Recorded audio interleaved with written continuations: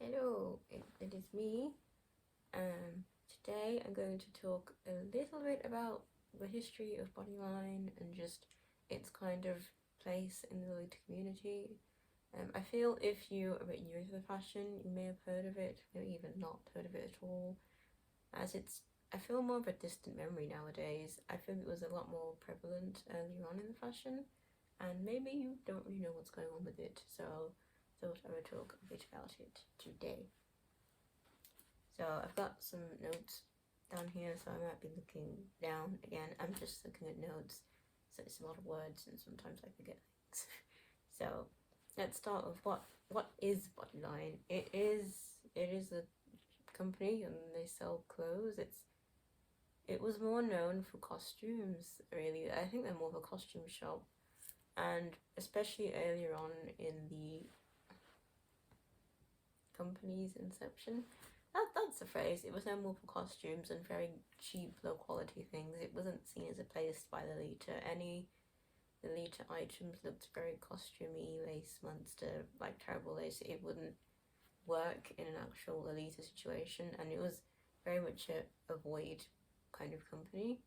And over time, it just gained a reputation for having better clothing. The quality got better, and there were more pieces that you could use in a Lolita fashion context. And one of the main draws is that Bodyline was significantly cheaper than any of any of the brands, any of the main Japanese brands, any brand.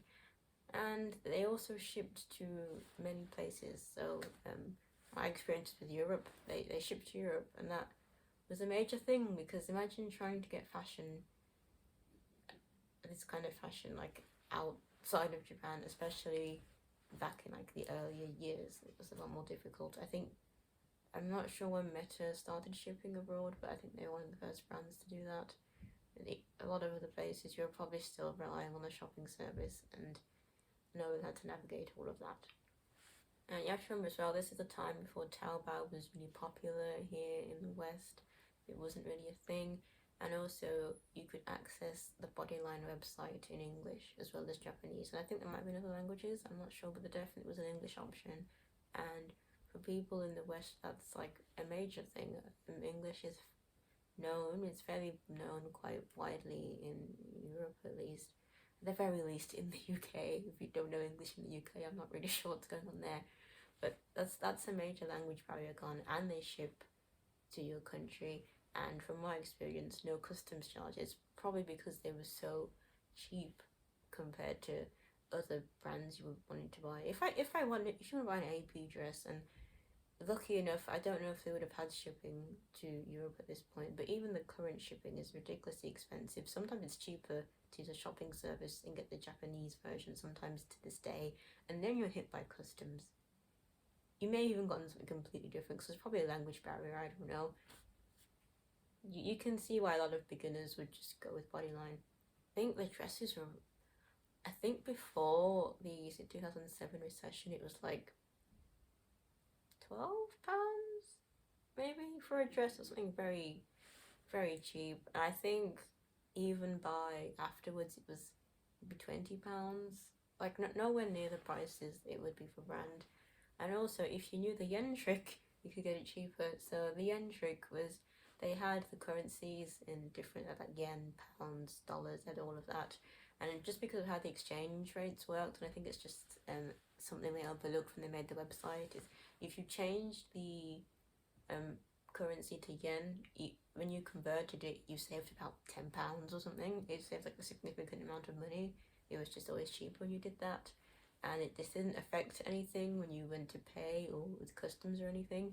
So if you did the yen trick, you could save even more money. And I think one major pro I have to give to Bodyline over any of like the major brands is it was a lot more inclusive.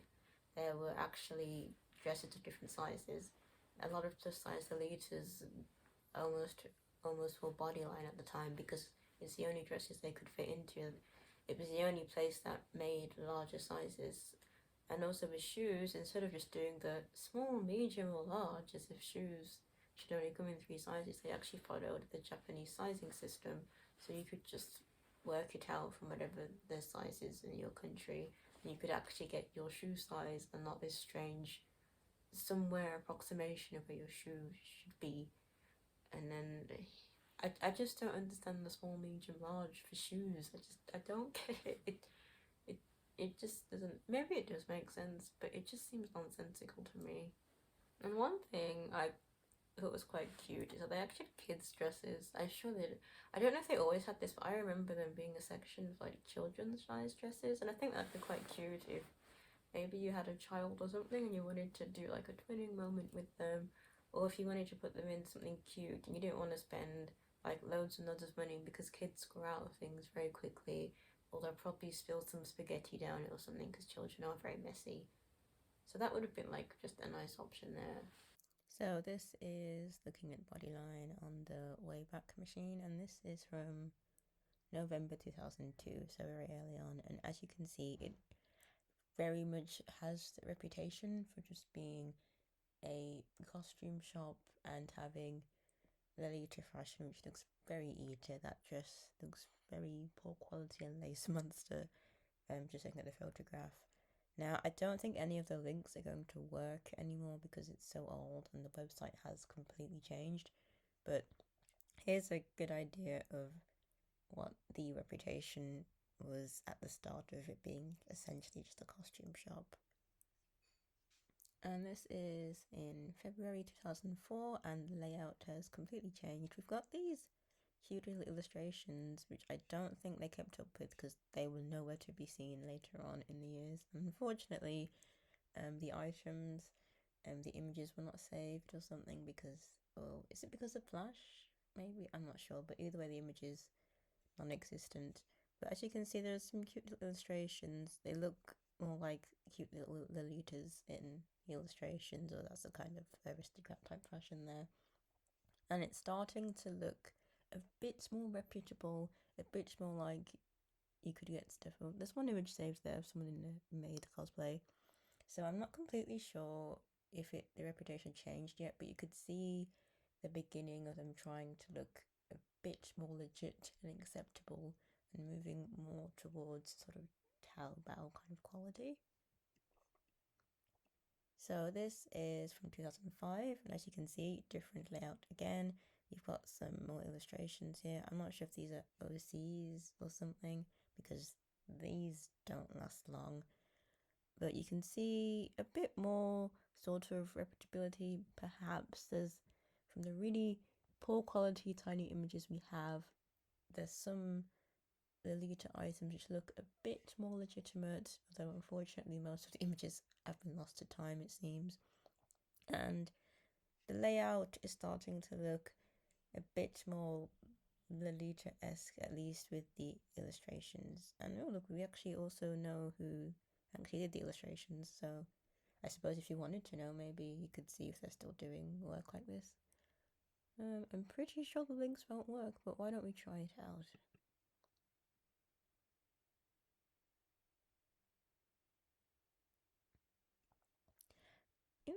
Oh, maybe. We've got. Oh no, it does work. Isn't that Misako? I think that's Misako, which that's going to add reputability, like completely for Lolita. So let's see. Well, I mean, for one, Misako's there, so reputability. I'm not sure if at this time she was like the kawaii ambassador and the like. I would arguably say like the most well-known number one Lolita ever.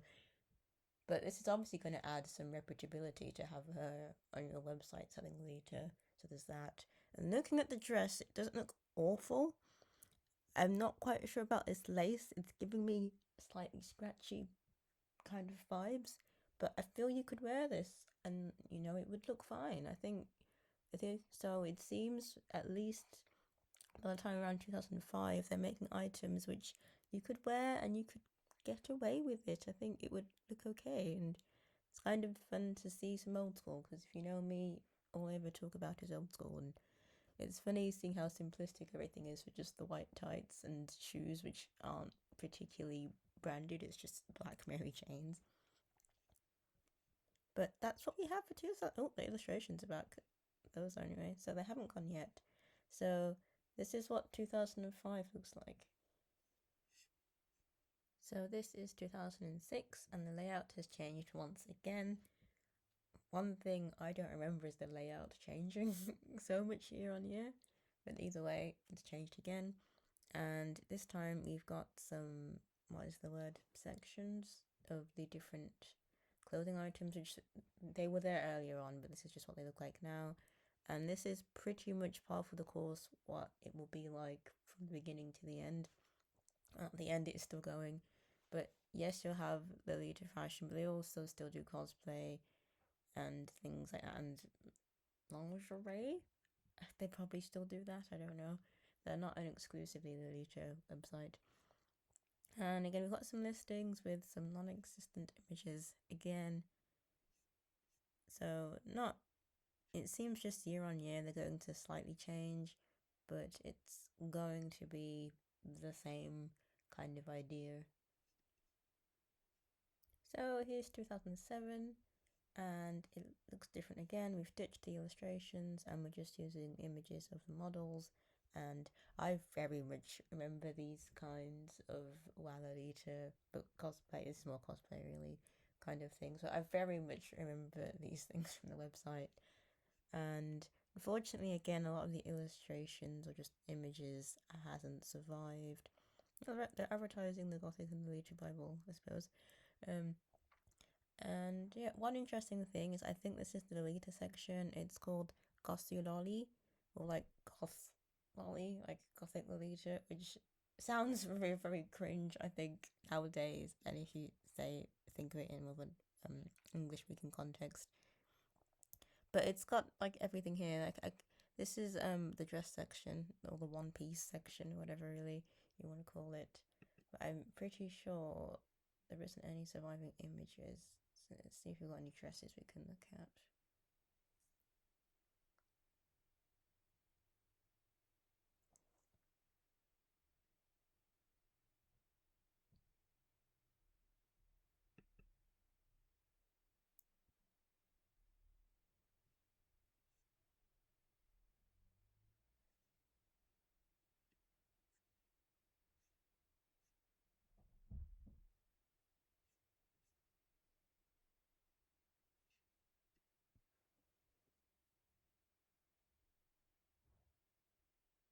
Oh, no, we do have some images. No, I think I'm wrong because these are not. Unless they put Goth and Lolita together. Oh, I've just completely like mistranslated that because I'm inept. No, we've got some Lolita kind of. Oh, I remember that style. We've got some Lolita kind of looking items here. And you can see they've kind of lumped in the Goth and Lolita together. So you could find some good items, but you'd need to have some prior knowledge of the fashion to fish out the good ones. Yeah, some of them definitely wouldn't work. I feel this style gets reused a lot. These are, I think, a bit hit or miss. It looks okay in the image, but I wouldn't really be sure until I actually receive it. But I feel there's a few that could probably work. Do the images work on this one? Let's see.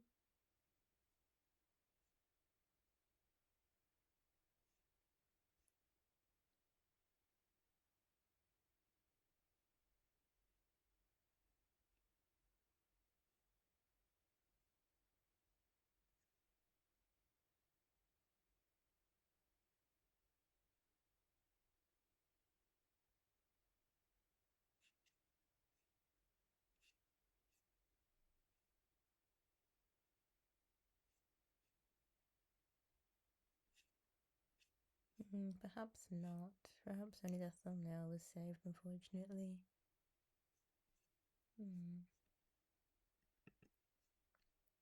What about this one, since I'm feeling nostalgic for this one?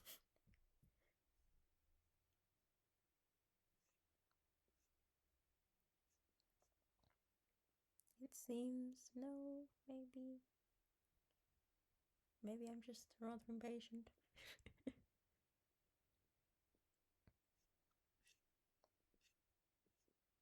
Oh, you have an image.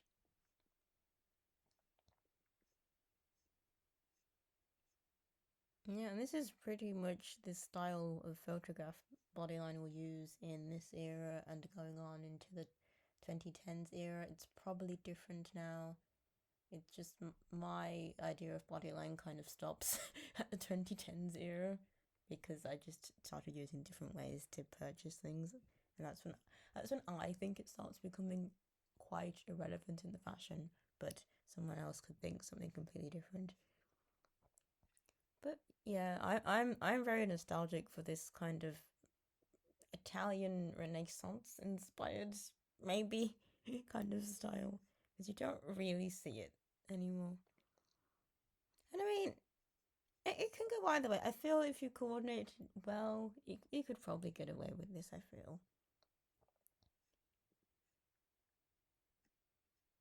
But anyway, that is 2007. So I can't find the exact layout I'm thinking of that I wanted to show you that I remember distinctly, which would have been from the, I think, later 2000s to the 2010s. But this might be because I think there was a separate website for Japan only, and then they had a separate international website. I think that might be the case because the web pages I was showing you, I'm pretty sure, are for the domestic Japan website. And I tried to look for the international version, and the earliest I can find is 2019, which is this one. So I can show you what it looks like at that time, but this is well after the era I'm thinking of. But a lot of the items are pretty much the same. This is something that I would have seen earlier on. I'm pretty sure that looks very older. That's not English. It looks very older. But hopefully you get my point. But even to, I suppose, the modern day, this is only, this is 2019, so it's not that long ago for when I'm filming this. They're still advertising a whole range of things. They're not just doing Lolita, they're also doing cosplay and whatever it is that they're doing. And a lot of the prints, the Lolita print at least, is still going. I'm sure I've seen this for many years. I've definitely seen this from the 2010s era. Definitely.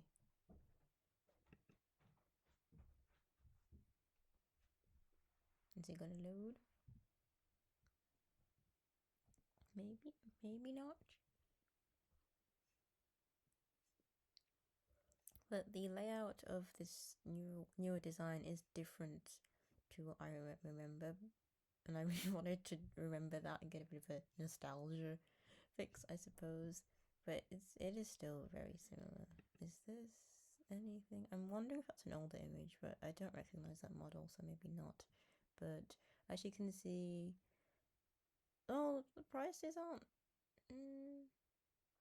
I mean, I don't think it'll ever be as good as it was like pre 2007 recession or whatever. But as you can see, we've got a range of sizes here, which is something the brand has done for many years. It's going from a small to a 2L, and for Lolita fashion, that is a big deal. Especially because a lot of websites like this were like almost like a lifeline to Lolitas outside of Japan, and this was before Taobao was very easily accessible, and they would have had all these products and had all the custom sizing that they do now.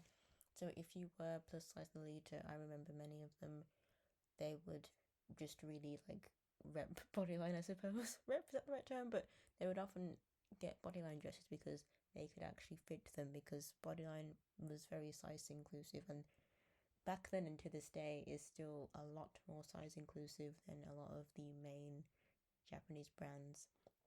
So I've got to give Bodyline their props for that. For all the weird stuff that goes on with this company, I have to give them that. So that is pretty much it. I'm wondering if I could see any shoes as well, because I wanted to show the shoe example. Let's have a look. Oh, they've got reviews. I didn't have reviews back in the day when I was doing this. Forgot to size. It's just giving me. Oh, if I choose the color, just pink. they don't really have much options, but as you can see, they use the actual Japanese sizing system of the increments of centimeters. So if you look on a conversion chart, you can actually see, oh, I'm this size, this is the shoe I get. Whereas a lot of like main lolita brands, like you're a small or a medium or a large, and we may not even stock the large because apparently people only come in 3 different shoe sizes, which they obviously don't. So one thing I do have to also give props to Bodyline for is that they had a lot more size inclusion with the shoes as well as the clothes. And this is something that main Japanese brands could really learn and follow with, and I wish they would also do. But anyway, that is basically it. I haven't gone through all of the pages. There's still more of the early 2000s Japanese pages you can have a look at for yourself. There's a lot more to explore on the website. I just wanted to give a kind of comprehensive view of how we got from suspicious costumes to a lot of people actually using bodyline dresses and at times them being mistaken for brand. So that's it for now. Also, my claim to fame is that I actually have this bodyline piece, which is not the exact version, but this is the skirt version. But I feel emo girlies from back in the day will probably remember Hayley Williams from Paramore wore the bodyline dress, which I think this is the same print, or at least a similar print, and people were going mad for it, and it was a big deal back in the day because like a bunch of like little emo teenagers and like someone iconic's wearing the dress and everyone's gonna want some of that. It's like influencing back in the day without realizing really. Um, I think I got this when a lot of the hype died down because when I bought it, they didn't even say like, oh, it's like the pattern Hayley Williams wore. Ooh. It was just like, oh, this is the dress print name. It's this, which but so I accidentally bought it, realizing it was had some connotation with like a famous person. So that was quite funny.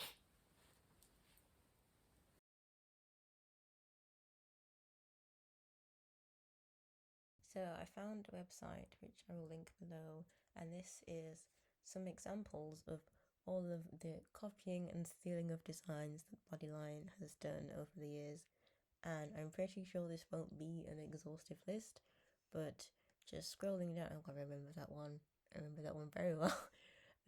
Just scrolling down, you can see some inspiration they may have taken from brands and some outright just copying, just outright stealing the design or just outright stealing a pattern. And there's just so many. And obviously, this is something the brand has done in the past. I wouldn't be surprised if they still do it. So that's just something to think about, really, because it's not the most ethical thing to do, especially if you're taking from a relatively small brand.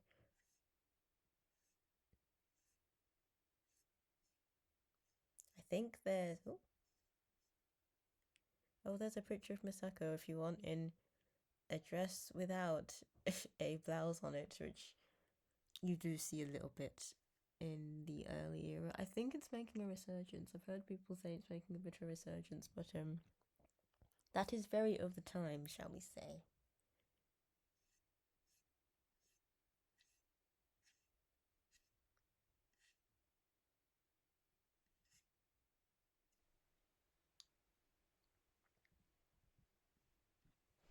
So this is the infamous 17 sleeves, 14 left sleeves and 3 right sleeves or something. But essentially, Bodyline started doing lucky packs, and the lucky pack is a bag of random items that Japanese companies will normally do at the start of the year, and it will be random items that overall, in theory, should be more expensive than what you've actually paid for the bag, but it's a surprise, so you don't know what's going inside. But either way, what you get should be, in this case, in with Lolita fashion, an outfit you can wear or an item you can put on. But one person just got all of these sleeves, and I believe it did get sorted out. They did actually do decent customer service, I think. I mean, there is a post you can read on it. But the fact that this even went out is just, I I don't know. I have so many questions, and it has just become this sort of just legendary just moment in the later fashion because it's just so chaotic. Okay, so on to like the weird and like downsides of Bodyline.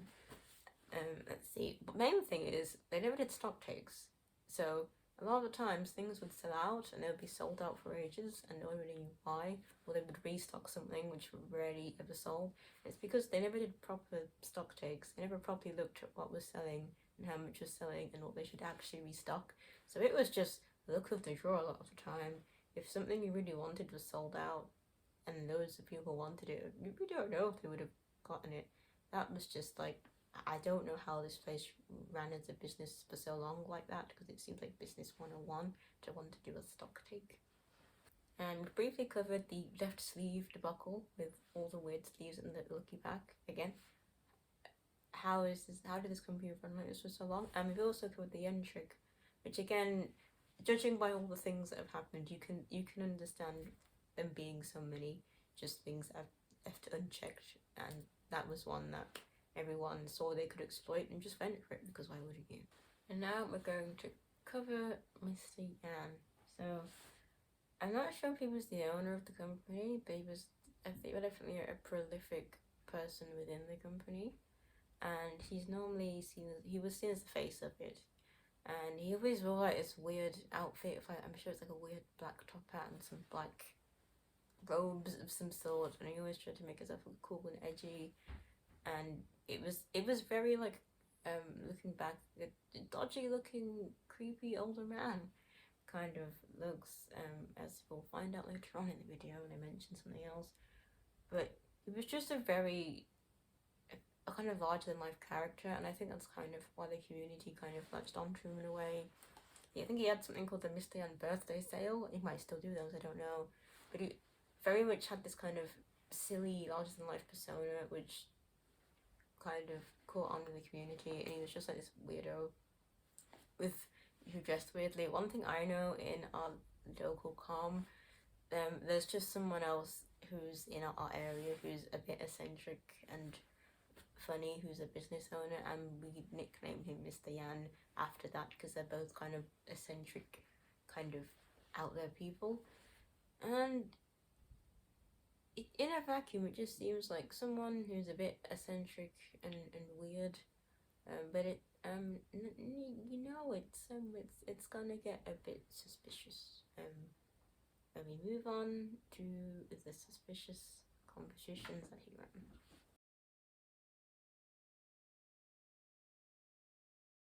So we're going to get to perhaps one of the more serious aspects of the company, and that is going to be what the community's kind of dubbed the Mr. Yan Find a Wife competitions. So this started, I think, around the 2010s era, and essentially there was a competition you could do through Bodyline where you would submit a photo of yourself in a Bodyline piece, and the Mr. Yan would choose the winner, and the winner would get to go to Japan, and they would be a model for Bodyline, and they would be modeling in the Bodyline clothing to go on the website. And I think they may have gotten some of the clothing as a sort of payment. I'm not quite sure about that. Essentially, this was a front for Mr. Yan to find a wife, and it gets very awkward and uncomfortable when I think the minimum age was 13 years old. It was very young. It was a lot of underage girls who would have submitted photos and probably won, and they would have been shipped off to Japan. And what we've been told from anecdotal evidence of people who went through it is customers, employers within Bodyline would ask them questions like, oh, do you want to marry Mr. Yan? What do you feel about marriage? And they would be put with Mr. Yan in uncomfortable romantic situations to try and coerce some sort of marriage. So that sounds like an illegal industry a lot, doesn't it? Which I probably can't say out loud here, but that sounds a lot like that. And there's a few things I remember. I think there was a winner called Nadia who won, and she refused his proposal, which, I mean, why wouldn't you? It's but I think he named one of the dresses Lovely Nadia or something after that, and I'm sure there's an image of him punching a mirror or punching something, and I think it's supposed to be some sort of angry reaction because she dared to say no and have an opinion. Mr. Yan's a very weird person, very weird. And the most famous one is probably when Venus Angelic won, and Venus Angelic was a infamous YouTuber in the 2010s. She did a lot of the Lolita adjacent content, and there's a lot of like animosity between, I suppose, the Lolita community and her at the time because it wasn't a very accurate portrayal of the fashion, and she went on reality TV shows and stuff. But anyway, she won the competition, and apparently she had a really bad experience as well. I think there was a video of the experience, but I don't think it exists anymore. And it's not just creepy vibes. And one thing I definitely remember, I remember them saying like she was really sweaty, and like made the clothes stinky and sweaty. And I think this was just a retaliation because she kind of outed them a bit of how creepy they are through some of the videos, even if it wasn't explicitly. And I think the clapping back was saying she's using us for a visa and she's stinky. This is a professional supposedly company talking about, I'm pretty sure she was underage at the time, like a teenage girl and a child. So that's beyond unprofessional, and again, it's so many red flags, so many red flags. And it's funny because at the time, like, we knew it was dangerous. Like, we would say to anyone that we knew in the camp, like, do not enter these competitions. Do not, because it's a very, you know, it's a front from to get a wife. It's something bad's gonna happen. It's very dangerous. But we also just kind of almost jovially kind of joked about it, and in a way, it was probably a kind of coping mechanism because we couldn't do anything to stop them from happening. And it's kind of funny to make fun of Mr. Yan because he's such a funny, strange person, but I don't know, something a bit not good, I think, is underneath the surface with that. But that's don't enter any competitions at Bodyline, I suppose. Well, it might be different now. But watch out for the covert I'm finding a wife competitions. So what about now? What's going on with the website and everything now? So I think Mr. Yan has actually gotten married and left the company from what I know from my sources.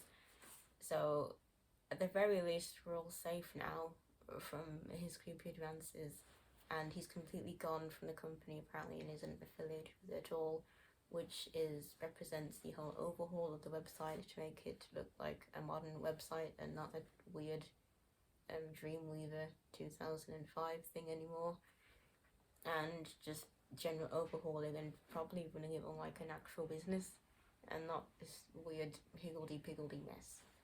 And I think it's just fallen out of relevancy because there's so many more options now. So the prices, I think, are about the same, but they're not super cheap or anything. You know, Taobao exists, and I think they're about on par price-wise.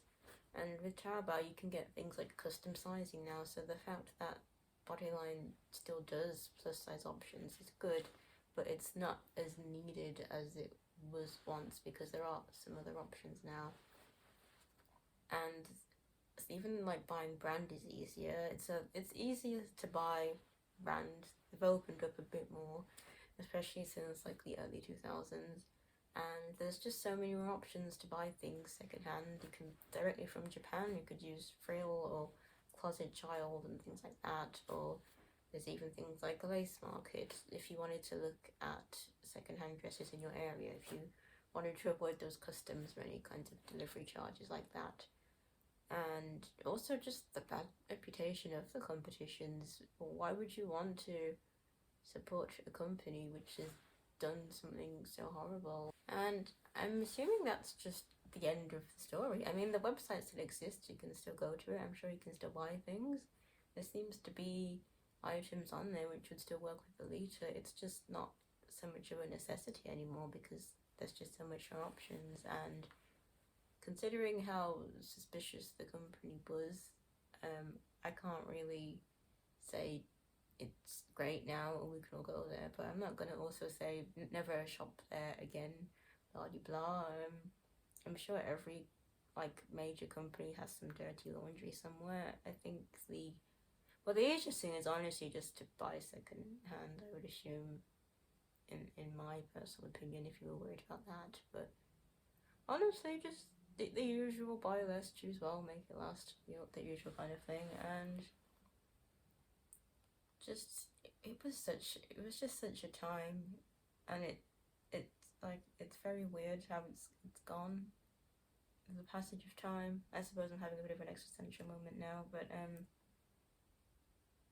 it was an interesting time, and although I am nostalgic for a lot of things, I am glad this era's gone because it was genuinely a dangerous time in a sense. So that's it for Bodyline and what's going on with that. And I've probably missed something, so if you remember anything from the Bodyline days, feel free to add it in the comments below because there's so much going on with that company. It's been running for quite a long time.